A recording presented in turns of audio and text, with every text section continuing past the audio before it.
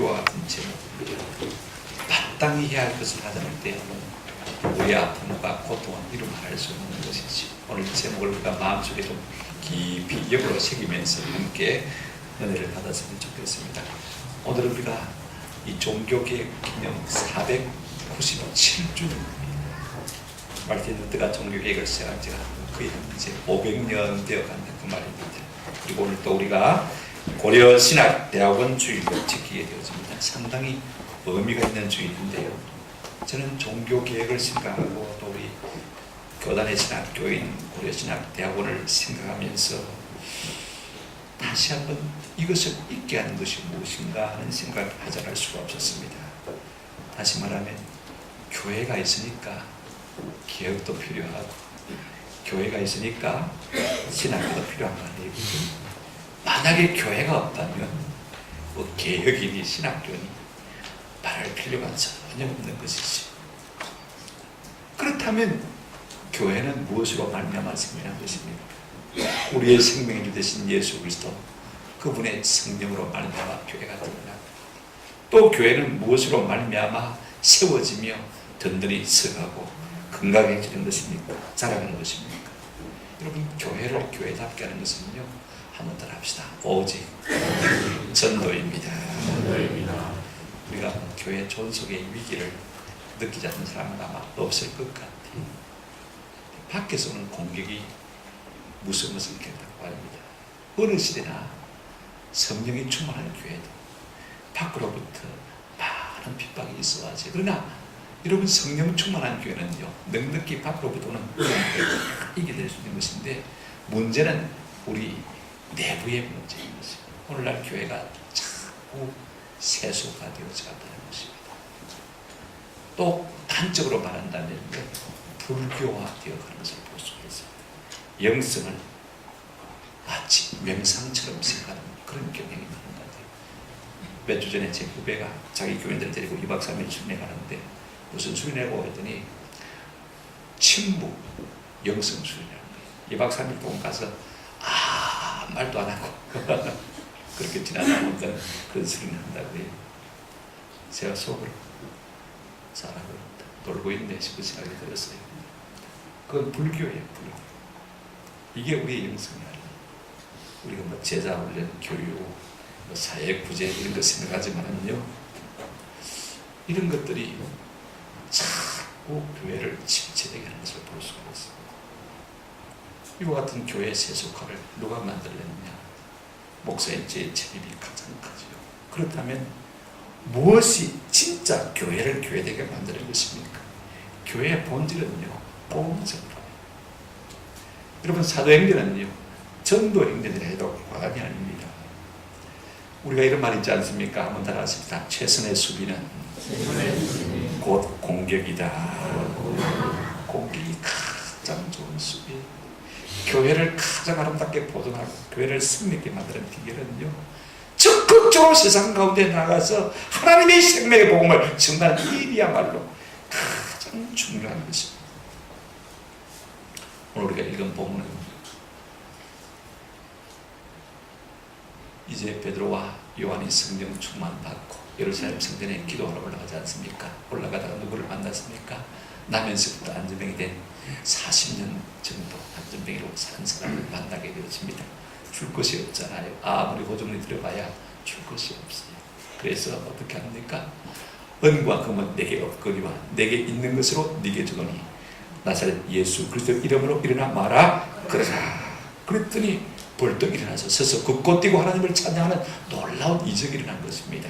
주변의 사람들이 이 사람이 몇십 년 동안 이 성전 문턱에 앉아가지고 구걸한 사람이 다 알고 있는데 그 사람이 벌떡 일어나서 지금 서서 긋고 뛰고 하나님을 찬양하는 놀라운 기적이 나니까 이걸 보고 사람들이 베드로와 요한을 주목하기 시작했습니다. 이때 베드로와 요한이 설교했습니다. 우리의 경건과 능력으로 이와 같은 놀라운 기적을 일으키는 그 결단코 아니다. 우리가 전하는 예수 그리스도의 이름의 능력이 이 사람을 새롭게 했다. 그래 전도하기 시작했다. 여러분, 이렇게 전도하기 시작하는데 어떤 일이 벌어졌습니까? 우리가 사절에 보면요, 그날에 베드로의 전도를 듣고 예수를 믿은 사람이 남자만 몇천 명요? 5,000명. 할렐루야. 전도하니까 놀라운 이적이 되는 것을 볼 수가 있습니다. 여러분, 이렇게 되어지니까 기득 종교인 유대교가 대제사장부터 바리새인 서기가 들어갈 것 없이 총동원해가지고 이 성전에 사간 경찰을 갖다가 동원해서 이 두 사람을 갖다가 어떻게 합니까? 잡아서 어떻게 해서요? 가두었어요. 그 다음에 다음날 종교재판 자리에 끌고 나왔습니다. 지금 두 사람을 갖다가 이제 종교재판정에 세워놓고 심문하는 장면이 우리가 읽은 본문의 말씀인 것입니다. 그런데 여러분, 오히려 이와 같은 상황 가운데서도 그 서서히 씹부른 사람들 앞에서도 말입니다, 베드로와 요한이 담대하게 복음을 전하는 모습을 우리가 보게 되었습니다. 그들이 전하는 복음의 전도의 내용이 무엇인가 하는 것을 좀 살펴보았으면 좋겠습니다. 무엇이 베드로와 하여금 그렇게 담대하게 만들고 무엇을 베드로가 지금 전하고 자랑하고 선포하고 있느냐, 참 중요한 것이지요. 여러분, 성령 충만받은 교회의 모습은 바로 오늘 우리의 모습처럼 되어져 있는 것입니다. 그들은요, 오직 복음 전파가 중심이었어요. 사람에게 가장 중요한 게 심장 아닙니까? 그죠? 자동차에서 가장 중요한 건 엔진입니다. 겉은 외형은 그 다음에 뭐 액세서리 같은 것은 별로 중요하잖아요. 심장이 낡았으면 고물이고 사람도, 그죠? 엔진 낡았으면 자동차도 아무리 그들 잘 공부해도 고물에 불과한 것입니다. 그런데 이 교회의 심장인 이 복음 전도가 살아서 움직인다면요, 교회는 전문 교회인 것입니다. 건강한 교회인 것입니다. 사명을 다하는 교회죠. 우리가 무엇을 두고 복음, 복된 소식, 기쁜 소식이라고 말하고 있습니까? 그들이 전하는 내용이 무엇입니까? 우리가 크게요, 복음을 하나님의 성경 전체를 두고 다 복음이라고 말하지 않습니까? 그런데 간단하게 요약하면 성경의 핵심이 무엇입니까? 요한복음 5장 39절에 보면 이런 말씀이 있습니다. 너희가 성경에서 무엇을 얻는 줄 생각하고 영생을 얻는 줄 생각하고 성경을 상고하거니와 연구하거니와 이 성경이 곧 누구에 대하여? 내게 대하여 증언하는 것이다. 그러니까 우리가 성경을 증언하는 가장 좋은 구절이 이 구절입니다. 성경이 무엇이냐? 영생을 말하고 있고 그 영생은 무엇으로 말미암느냐? 누구로 말미암아? 예수로 말미암아. 등식이 성경되어집니까? 한번 따라합시다. 성경, 영생, 예수. 예, 성경은 영생약입니다. 이 영생약은 누구라고요? 예수. 그리고 성경이 이것을 지금 말하고 있는 것을 볼 수가 있습니다. 그렇다면 예수님이 누구십니까? 우리가 마태복음 1장 21절 말씀에 보면 이런 말씀이 있습니다. 아들을 낳으니 그 이름을 예수라 하라. 이는 그가 자기 백성을 그들의 죄에서 말 자이시라고요? 구원할 자이십니다. 우리를 죄에서 구원하시는 분이 예수 그리스도. 여러분, 우리의 죄의 문제를 누가 해결해 줄 수가 있겠습니까? 예수님이 구원이시라면 그 구원은 어떤 구원인 것입니까? 죄로 말미암아 죽을 수밖에 없는 사람들이 다시 사는 것이 구원이요. 죄값으로 말미암아 지옥 갈 수밖에 없는 인생이 천국으로 가는 것이 구원인 것이. 죄로 말미암아 연약하게 되어진 질병으로 말미암아 고통하는 사람들이 건강하게 되어지는 것이 구원이요. 죄로 말미암아 가난할 수밖에 없는 사람들이 부유하게 되는 것 구원이요. 죄로 말미암아 추하고 더러운 인생이 이제는 죄에 사함받고 정결함을 입고 깨끗하게 되는 것도 구원인 것입니다. 우리가 보는 찬송가 96장에 이런 찬송이 있지 않습니까? 예수님은 누구신가? 우는 자의 위로. 여러분, 우리 가운데 속으로 울지 않는 사람이 있습니까? 저도 많이 울어요. 무능해서 능력이 없어서 많이 울어요. 뭐라고 했습니까? 없는 자의 풍성입니다. 저도 길 바닥만 쳐다보고 다닙니다. 누가 5만 원 흘리는 사람 없나? 없는 자의 풍성입니다. 없는 자의 풍성. 또 뭐라고 했습니까? 천한 자의 높은 것. 뭐 내가 계급이 있습니까? 명예가 있습니까? 지위가 있습니까? 우리 예수님 잡힌 자의 노임되고 우리 기쁨 되었습니다. 이것이 구원 아닙니까? 이분이 예수 그리스도 아닙니까? 이것이 복음 아닙니까? 여러분, 우리가 96장 찬송을 불렀습니다만요, 집에 가서 조용히 가사를 묵상하시면서 한번 불러보세요. 그분이 얼마나 귀하고 얼마나 좋은지. 여러분, 복음의 내용이 무엇입니까? 하나님의 아들 예수 그리스도가 만유의 주가 되시는 이 사실이 복음의 내용인 것입니다. 하나님 아버지, 그 아들 동기가 아니에요. 그죠? 하나님이 만주해 주시라면 예수 그리스도께서 만주해 주시고, 하나님이 만왕의 왕이시라면 그의 아들 예수 그리스도 그분도 만왕의 왕이신 줄로 믿습니다. 무엇으로 예수님께서 만왕의 왕이시고 만주해 주신 것을 증명할 수가 있습니까? 여러분, 사단 마귀가 예수 이름 앞에 맥을 추지 못했습니다. 사단아 물러가라면 어떻게 됐습니까? 사단이 물러갔습니다. 영락없이 물러갔습니다. 못 물러가겠다고 버텼습니까? 그럴 수가 없는 것입니다. 만왕의 왕이 되시고 만주의 주가 되신다면 악한 사단 마귀조차도 물러갈 수밖에 없는 그와 같은 능력이 나타나는 것을 볼 수가 있습니다. 파도야 잔잔하라! 우리 예수님께서 파도를 통해서 명했더니 어떻게 됐습니까? 파도가 잔잔해서 그친 것을 볼 수가 있습니다. 자연 만물도 순종합니다.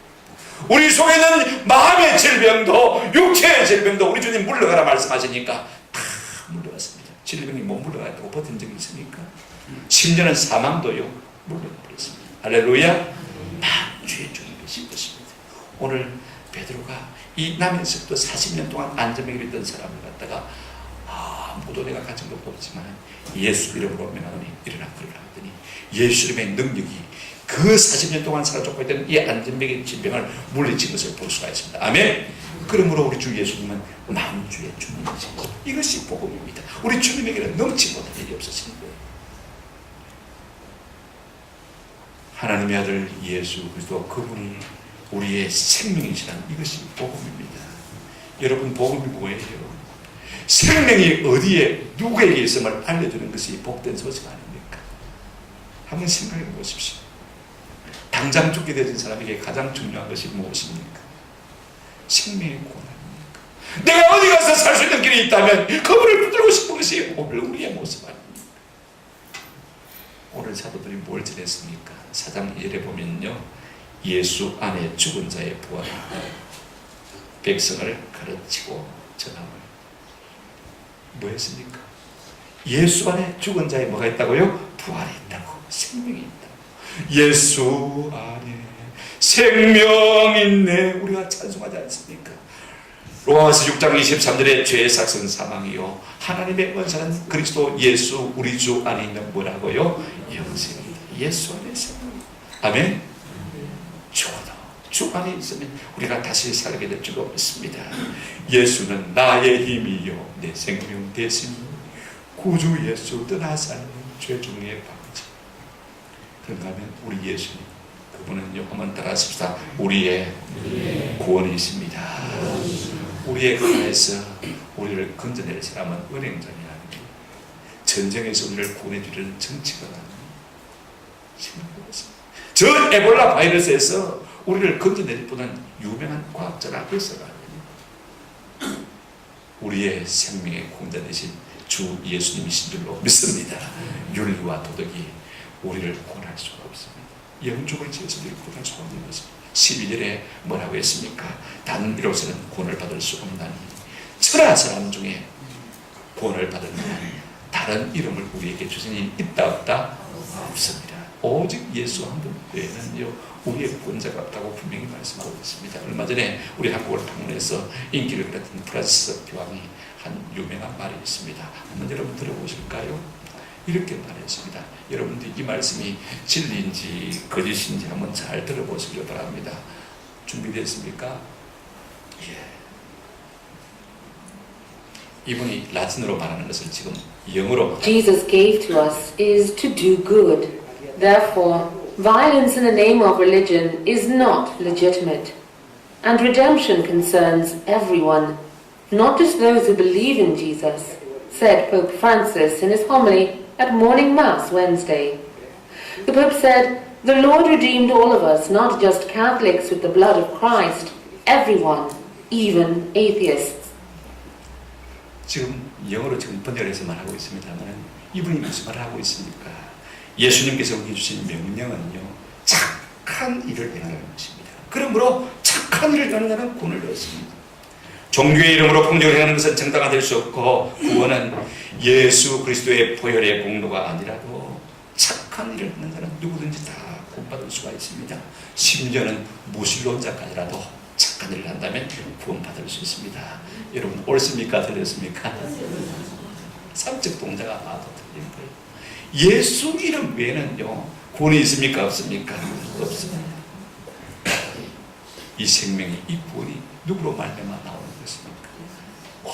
즉 예수로 말미암아 나는데 우리가 이 너무 단순한 복음을 쉽게 가볍게 생각하는 경향이 많아요. 그러나 우리가 예수 생명, 예수 구원, 예수 만주의 주 이 사실만 명확히 사람들에게 전할 수만 있다면요, 그 다음에 성령이 역사하셔서 그들 가운데 하나님께서 놀라운 구원의 은혜를 베풀어 주실 줄로 믿습니다. 예수, 예수, 예수, 나의 생명, 나의 구원, 얼마나 충분한지 몰라. 그런데 오늘 본문에 보면 사도들이 이 예수 생명을 어떻게 전했는가, 어떤 방법이 있습니까? 우리가 알아야 할 것은요, 이 복음 전도에 형통한 데는 이 인류의 역사상 한 때도 없이 다른 사실을 꼭 기억할 필요가 있습니다. 가인과 아벨의 신도 마찬가지였고 노아의 신도 마찬가지였고, 여러분 노아가 방주를 지을 때 편안하게 지을 것이었습니까? 한번 생각해 보십시오. 에스겔 시대도 마찬가지고 지금 우리의 시대도 마찬가지고 지금 사도들이 복음을 전할 때도 마찬가지입니다. 1절 보시기 바랍니다. 사도들이 백성에게 말할 때 제사장들과 성전 맡은 자와 사두개인들이 이르러 2절 예수 안에 죽은 자의 부활이 있다고 백성을 가르치고 전함을 뭐하여? 싫어하여 크게 기쁨했다고 했습니다. 그냥 싫어하는 정도가 아니라 크게 기쁨했어요. 그들을 어떻게 했습니까? 잡아 그 다음에 이튿날까지 어떻게 했습니까? 가두었다. 너무 복음 전하는 자들을 싫어하고 잡아서 심지어는 옥에 가두기까지 하는 상황인 것을 우리가 볼 수가 있습니다. 이런 상황 가운데서 저들은 복음을 전했어. 핍박 중에서 잡혀서 갇혀서 지금 종교 재판장에 서 있지 않습니까? 그 가운데서도 복음을 전합니다. 3절에 보면요, 그들을 잡으며 날이 이미 저물어 이튿날까지 가두었으나 7절에 사도들을 가운데 세우고 묻되 너희가 무슨 권세와 누구의 이름으로 이를 하느냐. 지금요 연설 일장하라고 세운 것은 결단코 아닙니다. 종교 재판을 지금 하고 있는 거예요. 저 갈릴리 바닷가에 고기 잡아 배 따먹고 사는 천사람들 아닙니까? 그런 사람들이 어리어리한 사람들 앞에 섰으면 얼마나 주눅이 들겠습니까? 입이 천 개가 있어도 뻥긋할 수 있겠습니까? 감히 입을 열어 말할 수 없는 그런 자리임에도 불구하고 그들이 지금 단디하게 하나님의 말씀을 전하는 것을 볼 수가 있습니다. 무엇으로 어떻게 복음을 전합니까? 오늘 본문을 보시면요 8절에 이에 베드로가 성령이 충만하여 그랬습니다. 여러분 우리로 하여금 복음을 전하게 만드신 분은요 성령님의 역사인 줄로 믿습니다. 이게 참 중요한 거예요. 저희들이 군에서 훈련받을 때 매일 일석점할 때 되면 군인의 정신 외워서 암송하거든요. 그럼 우리끼리 외워다면서 이렇게 웃었습니다. 군인의 정신은 제1, 제정신이 아닌 정신을 말한다. 그렇게 우리가 하면서 막 웃었어요. 여러분 성령 충만이라는 것은요 내 마음이 아니고 누구 마음이란 말입니까? 내 마음이 누구의 마음? 하나님의 마음. 성령 충만이 뭐냐? 하나님의 마음으로 충만한 것이 이 성령 충만인 것입니다. 영혼을 사랑하고 애타는 마음이 우리 속에 부어지는 이것이 바로 성령 충만인 것을 볼 수가 있습니다. 나의 품은 뜻 주의 뜻같이 되게 하여 주소서. 이것이 우리의 기도 아닙니까? 오늘 무엇이 우리 가슴 속에 전도의 불을 붙이는 것입니까? 하나님의 마음이 우리 가운데 부어질 때 이와 같은 역사가 일어나는 것입니다. 우리가 입이 100개 있어요. 이 마음을 가지지 않으면요 복음 전도할 수가 없어요. 그런가 하면 둘째로 저들은 어떻게 복음을 전합니까? 말로 복음을 전하는 것을 볼 수가 있습니다. 여러분 복음 전도의 수단은 얼마든지 있습니다. 우리가 전도지 그냥 쉽게 나누어 주잖아요. 가장 좋은 복음 전도의 수단은 오늘 본문을 보시기 바랍니다. 1절에 보니까 사도들이 백성에게 말할 때 8절에 이에 베드로가 성령이 충만하여 이르되 말하되 그렇게 말하고 있습니다. 여러분 보세요. 말로 전한 것을 볼 수가 있습니다. 입 놔뒀다가 마음입니다. 제 친구 목사님, 제 어머님이 같이 개척해서 교회를 크게 일고 하는데 한 번은 무언 사회를 하더랍니다. 우리 어머님 마음이 좀 안 드셨던 모양이에요. 그냥 주보보고 그냥 말 안 하고 툭툭툭 들어가 보니까 남하는 분들은 정신이 없더랍니다. 하시는 말씀이 입 놔뒀다가 막힌 거. 한번 따라합시다. 입 놔뒀다가 막힌 거. 참 그 말이 제가 마음속에 와닿아. 입 놔뒀다가 막힌 거. 하나님께서 무엇 때문에 우리에게 입을 주신 것입니까? 하나님의 영광을 찬미하고 주의 이름을 선포하고 주의 이름을 자랑하라고 우리에게 입을 주신 줄로 믿습니다. 최근동 목사님이 한 번은 버스 여러 가서 전도를 했어요. 쭉 이렇게 전도를 하고 나니까 저 뒤에 앉았던 분이 신학교 교수님이 앉은 거예요. 그리고는 마치고 나니까 우리 최준사 나야 나 반가우니까 교수님이 말입니다. 그런데 최근동 목사님 이 전도사님의 마음속에 섭섭한 게 있었어요. 신학 교수가 되시면 전도 안 하고 많은 거 나야 나 그러는데 반가워서 그러는데 자기는요 벙어리구만 하고 툭 내려버렸습니다.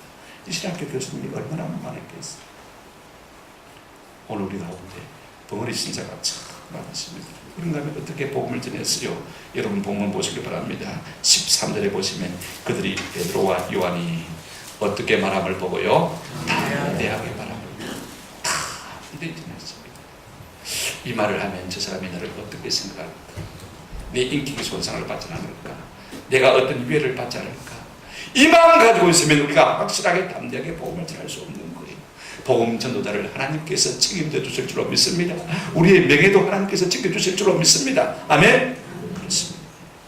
그 다음에 우리가 무엇을 전해야 되겠습니까? 어떻게 전해야 되겠습니까? 오늘 20절에 보면요, 우리가 보고 들은 것을 말하지 아니할 수 없다. 보고 들은 것을 전했습니다. 억지로 짜낼 필요가 없어요. 연구해서 공부해서 그렇게 복음을 전하라. 아닙니다. 한번 더 합시다. 보고 들은 것을. 내가 모르긴 몰라도 이제는 나는 예수님을 떠나는 살 수 없을 것 같아. 죽을 것만 같아. 이 내 마음의 감정이라면, 이것이 내가 마음에 생각하는 것이라면, 이걸 그대로 전하면 그 말씀을, 아무것도 아닌 말씀을 받고 하나님께서 구원하시고 택하신 사람이라면 반드시 예수 믿는 역사가 일어날 줄로 믿습니다. 어렵게 생각하지 마십시오. 그냥 내가 보고 듣고 느끼고 생각하는 것을 그냥 자연스럽게 말하시면요, 하나님께서 그 가운데 역사하셔서 그 사람들의 마음을 감화시켜 주실 줄로 믿습니다. 오늘 본문을 통해서 전도가 무엇이냐, 신학적인 용어를 말하고 있는 것은 아닙니다. 전도는요, 하나님의 아들 예수 그리스도의 구원과 생명 되심을 언제 어디서나 마치 핍박이 오고 옥에 갇히고 내가 종교책 받는 앞에 승리할지라도 성령의 말하게 하심을 따라서 담대하게 보고 들은 것을 말하는 것이 무엇이다? 전도다. 하나님의 아들 우리 주 예수 그리스도의 구주 되시고 생명 되심을 언제 어디서나 성령의 말하게 하심을 따라 담대하게 보고 들은 것을 말하는 것이다. 말하는 것이다. 이것이 전도의 가장 간단한 전도입니다. 여러분, 오늘 이거 우리가 할 수 있지 않겠습니까? 내가 받은 이 복음을 내 속에서 가두고 있으면요, 고에서 썩을 수밖에 없어요. 썩으면 내 심령 속에 악취가 나게 되어집니다. 날마다 우리의 삶 가운데서 내가 받은 이 생명의 복음을 흘리며 사는 은혜가 있기를 주님의 이름으로 축원합니다. 그런데 여러분 보십시오. 이 복음을 전해드리 어떤 결과가 있는 것인가? 무엇인가 원인이 있으면 결과가 있지 않습니까? 심한 것이 있으면 거둘 수밖에 없는 것을 볼 수가 있습니다. 오늘 이 사도들이 종횡무진 어떤 상황 가운데서도 주의 생명의 복음을 전했더니 어떤 역사가 있었습니까? 4절에 이미 남자만 어떻게 했다고요? 5,000명이 예수를 믿는 역사이라는 것입니다. 여러분, 너무 연배를 생각하는 것 괜찮아요. 누가 책임질 것입니까? 주님이 책임지시는 것입니다. 왜? 주님의 복음을 전하는데 주님이 책임지는 것입니다. 내가 저 사람에게 복음을 전하면 믿을까 안 믿을까 염려할 필요가 전혀 없어요. 때가 되면 믿게 될 줄로 믿습니다. 보십시오. 32절 37절까지 그 결과가 쭉 나와 있는 것을 보게 되는데, 이렇게 온 교회가 복음을 힘써 증가하니까 어떤 결과가 나타났습니까? 32절에 보시기를 바랍니다. 믿는 무리가 한 마음과 한 뜻이 되어 그랬습니다. 온 교회가 한 마음이 된 것을 볼 수가 있습니다. 여러분, 교회에 많은 문제 있습니다. 그러나 이것이 인간이 모의단체이기 때문에 그럴 수밖에 없습니다. 그러나 이것을 최소화할 수 있는 방법은 어떤 것입니까? 우리가 모여서 친구하고 성경 공부한다고 해서 문제가 해결되는 게 결단과 한번 합시다. 힘써 복음 전하면 하나 되게 하시는 성령께서 우리 가운데 역사하셔서 마음과 뜻이 하나가 되게 해줄 줄로 믿습니다. 그렇게 해서 어떻게 되는 것입니까? 모든 성도가 자기를 위해 살지 않냐고 또 다른 사람을 위해서 사는 놀라운 역사가 일어나는 것을 우리가 보게 되지 않습니까? 하나님의 복음을 증거하면 전할수록요, 목회자들이 힘을 얻습니다. 하나님께서 그들 가운데 큰 권능을 보여주신 것을 볼 수가 있습니다. 33절 한번 같이 보십시다. 사도들이 큰 권능으로 주 예수의 부활을 많이 증언하니. 여러분, 전도에서 새로운 영혼들이 들어오면요, 목사도 전도 신납니다. 10명 앉아서 예배하는 것보다도요, 1000명 앉아서 예배하는 것이 훨씬 더 은혜가 되었죠. 왜? 하나님께서 전도하는 영혼에게 복을 주시기 때문에, 권능과 은혜를 주시기 때문에요, 이와 같은 역사가 일어나는 것입니다. 설교 여러분 잘할 수 있습니다. 새로운 신자들 오면요, 절로 하나님께서 우리 가운데 역사하셔서 이와 같은 은혜가 있게 될 줄로 믿습니다. 큰 권능을 하나님께서 자꾸 부어주시는 거예요. 그 다음에 이름 보십시다. 어떤 역사가 일어나는 것입니까? 성도들이 큰 은혜를 받았습니다. 같이 읽어보시까요? 시작. 사도들이 큰 권능으로 주 예수의 부활을 증언하니. 한번 더 합시다. 무리가 큰 은혜를 받아. 큰 권능의 역사니까 어떻게 됐습니까? 큰 은혜를 받는 것을 볼 수가 있습니다. 은혜가 뭐냐? 이게 참 중요하죠. 그 결과가 34절에 나와 있습니다. 한번 같이 읽어보십시다. 자막에 나오는가요? 34절 자막이 없으면 우리가 성경을 펴서 한번 보십시다. 이렇게 말씀하고 있습니다. 그 중에 가난한 사람이 없으니 이는 밭과 집 있는 자는 팔아 급한 것을 값을 가져다가 그 다음에 어떻게 했습니까? 35절에 사도들의 발 앞에 두매 그들이 각 사람의 필요를 따라 나누어줍니다. 은혜 받은 것이 무엇입니까? 삶이 변하는 것입니다. 지갑이 회개하게 되는 것입니다. 내 것을 내 것이라 하지 않냐고 각 사람의 필요를 따라 계속해서 나누어주는 이와 같은 일들이 연속적으로 일어나는 것을 볼 수가 있습니다. 이것이 큰 은혜예요. 한번 마음에 한때 감동을 받았다고 은혜가 아니고 삶의 변화가 일어나는 것이 큰 은혜인 것을 볼 수가 있습니다. 어떨 때 이와 같은 은혜가 주어지는 것입니까? 계속해서 복음을 전할 때 힘차게 복음을 전하는 그와 같은 곳에 하나님이 역사하는 것을 볼 수가 있습니다. 더 중요한 것은 6장 7절 조금 넘어가시면요 놀라운 말씀이 있습니다. 주의 말씀이 점점 왕성해 세력을 얻고 힘을 얻어서 힘이 깨달는 것을 볼 수가 있습니다. 한번 같이 읽어보십시다. 시작. 하나님의 말씀이 점점 왕성해 예루살렘에 있는 제자의 수가 더 심히 많아지고 허다한 제사장에게도 이 도에 복종합니다. 복음을 전하면 전할수록 복음을 흘리면 흘릴수록 이 말씀이 점점 왕성한다는 말은 세력을 얻어서 예루살렘에 있는 많은 사람들의 수가 더 많아지고 제자의 수가 더 많아지고 성도의 수가 많아지고 허다한 제사장의 무리도 불교 신자들도 예수 믿고 하나님 앞에 돌아와 복종하는 역사가 일어난다고 말하고 있는 것입니다. 우리가 전도하면 할수록요 우리 가운데 말씀이 무엇을 얻는다고요? 힘을 얻고 세력을 얻고 점점 왕성하게 됩니다. 여러분, 이 같은 은혜가 우리가 전도할 때 교회에 주어진 줄로 믿습니다. 그렇다면 우리의 심령에 유익은 없는가? 전도하는 심령에 유익은 없는가? 한번 보여주시기 바랍니다. 여러분 혹시 내 마음에 이런 은혜를 받고 싶으면요 스마트폰으로 찍어놔도 괜찮습니다.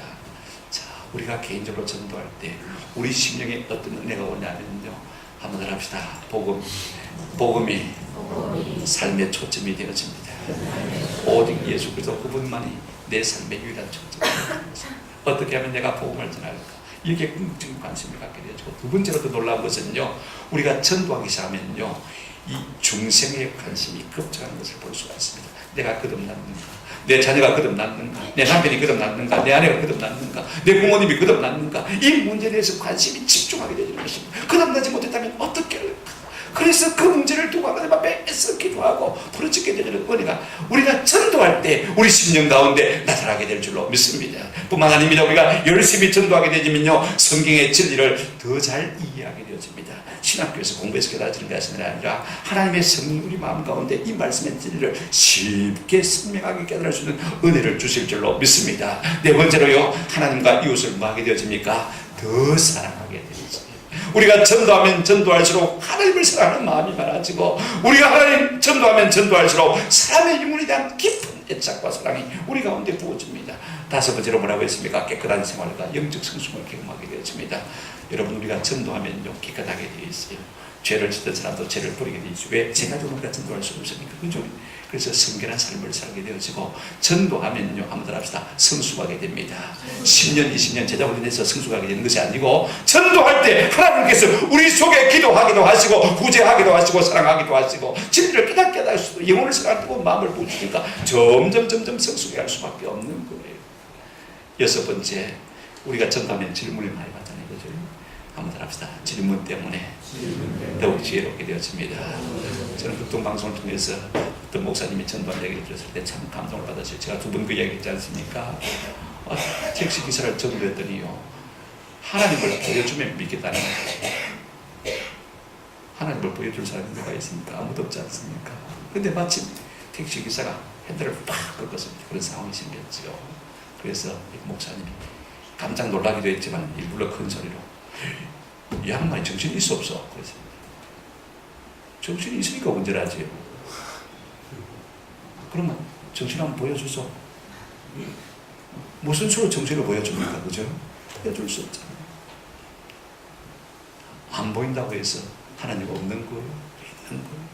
그러니까 그 기사가 꼼짝을 못하고 하나님께서 답을 교회 나왔습니다. 그러더랍니다.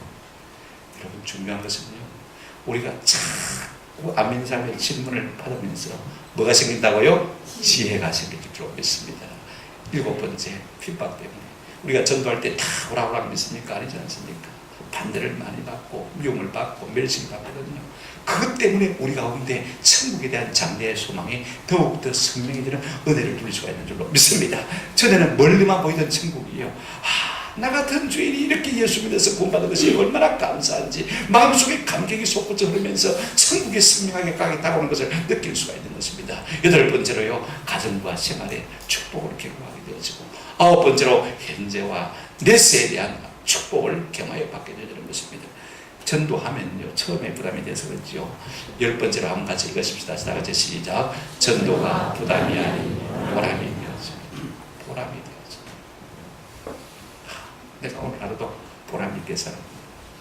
이 은혜가 우리 가운데 주어질 줄로 믿습니다. 20대 초 우리 김시건 장로님 한 분만 사진 찍는데, 여러분 좀 이거 찍어서 저도 다 미리 찍어놔서 스마트폰에 찍어놓고 가면서 마음에 새겼는데, 여러분 이런 복을 내가 받았으면 좋겠다. 그런 마음에 좀 갈급함이 있어야 우리가 비로소 전도하게 되죠. 그런 이와 같은 복을 누리시는 여러분들이 되시기를 주의 이름으로 축원합니다. 여러분 말씀을 뵙습니다. 말씀이 자꾸 흘러요. 교회가 부흥하고 복을 받습니다. 가둬두고 있으면 썩으면 영적인 악취가 나옵니다. 내가 10년, 20년 예수 믿는 것이 중요한 것이 아니라 내가 1년을 믿고 얼마나 이 복음을 흘리면서, 이것이 참 중요합니다. 에스겔 47장에 보게 되었으면 에스겔이 환상을 보지 않습니까? 성전 바닥에서 샘이 솟아나면서 남쪽으로 물이 쫄쫄쫄 흘러가는데, 한참 가다가 재보니까 그 물이요, 이제는 발목까지 옵니다. 조금 내려가서 재보니까 이제는 무릎까지 옵니다. 나중에 재보니까 허리까지 와요. 그 물이 점점 흘러내려가면서 이제는 헤엄을 칠 수밖에 없는 깊은 강이 되었습니다. 그리고 넓은 바다까지 이르는 것을 볼 수가 있습니다. 근데 놀라운 것은요, 이 샘이 흘러가는 동안에 주변에 나무들이 아름다운 열매를 맺고 아름다운 가시를 계속 맺어가는 거예요. 이 물이 흐르는 동안에 강물이 살아나고 그 속에 고기가 살아나고 식물이 살아나고, 이 물이 흐르는 동안에 바닷물이 다시 소장되는 놀라운 역사가 일어나는 것을 볼 수가 있습니다. 여러분 이처럼 흘러야 복이 되는 것입니다. 하나님의 복음을 흘리며 살 수 있는 저와 여러분 되시기를 주의 이름으로 축원합니다. 나는 이 복음을 흘리는 사람인가, 아니면 악고 쓰는 사람인가? 나는 우리의 주변에 우리의 자녀에게 얼마나 이 복음을 흘리며 살고 있는가? 우리 자신에게 한번 물어보시는 은혜가 있기를 축원합니다. 잉크도 먹물도 떨어지면 번지지 않습니까? 하물며 우리 속에 있는 생명의 예수 그리스도, 그분이 우리 속에 있다면 떨어지면 번져야 되는 것이 원칙인 것을 볼 수가 있습니다. 제 친구 한 분이 페이스북에 나는 그렇게 기도한다고 써서 보냈는데 참 그 말이 맞는 것 같아요. 한번 더 합시다. 주님, 제가 가까이 만나는 사람들을 천국에서도 만나게 하옵소서. 내가 늘 가까이 만나는 것을 천국에서도 막해달라고요? 만나게 해주십시오. 무슨 말입니까? 내가 그들에게 복음을 들어서 그들을 예수 믿는 사람으로 만들게 해달라는 이야기인 것입니다. 오늘 이것이 우리의 기도 제목이 되시기를 주의 이름으로 축원합니다. 저도 처음에 명함을 만들었을 때 좀 고민을 하고 그 뒤에다 이렇게 쓰겠습니다. 우리가 만난 후 당신이 나를 잊는다 해도 당신은 전혀 잃은 것이 없습니다. 그러나 당신이 예수 그리스도를 만난 후 그분을 잃어버린다면, 잊는다면, 한번 더 합시다. 당신은 모든 것을 잃을 것입니다. 그렇습니다. 여러분들이 저를 10년, 20년 만나서 나를 잃어버려도 상관이 없습니다. 아무 소리가 없어요. 여러분이 예수 그리스도를 만나서 그 다음에 예수 그리스도를 잃어버린다면 여러분들은 모든 것을 잃어버리는 것입니다. 그러므로 우리가 예수를 만나게 하고 예수를 알고 예수를 알게 하는 은혜가 우리의 남은 생에 있기를 주님의 이름으로 축원합니다. 아멘.